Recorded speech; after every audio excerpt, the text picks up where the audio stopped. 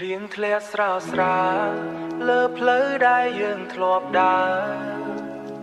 សំឡេងបេះដូងស្ងៀមស្ងាត់ជាងមុនយប់នេះមានតែខ្ញុំ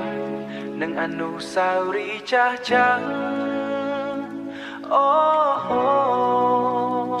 កន្លែងដែលយើងធ្លាប់អង្គុយជិតគ្នាថ្ងៃនេះនៅសល់តែខ្យល់ត្រជាក់ប៉ុណ្ណោះស្នាមញញឹមអូនដែលធ្លាប់បំភ្លឺថ្ងៃខ្ញុំអីលើខ្លាយស្រមោឈឺចាប់ក្នុងចិត្តខ្ញុំព្យាយាមភ្លេចតែភ្លេចមិនបាន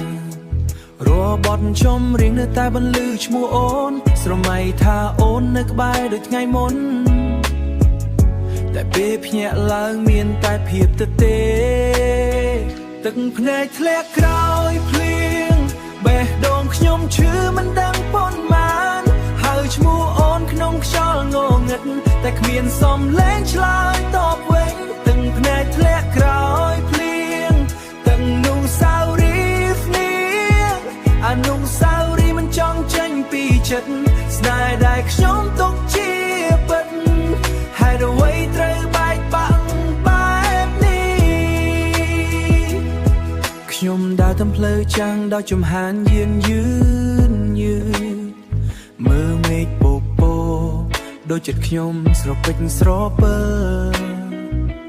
ពាក្យសន្យាដែលអូនធ្លាប់និយាយនៅតែបន្លឺក្នុងត្រចៀកមិនបាត់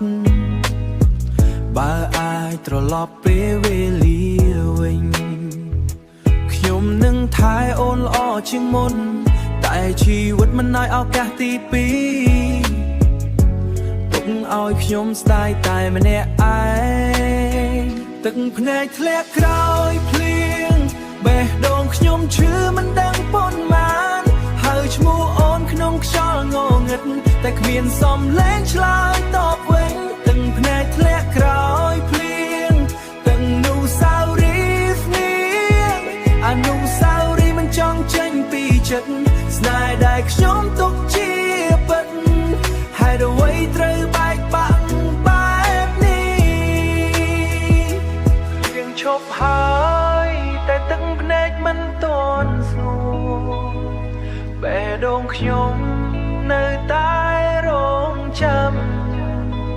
ទោះដឹងថាអូនមិនត្រឡប់ក៏នៅស្រឡាញ់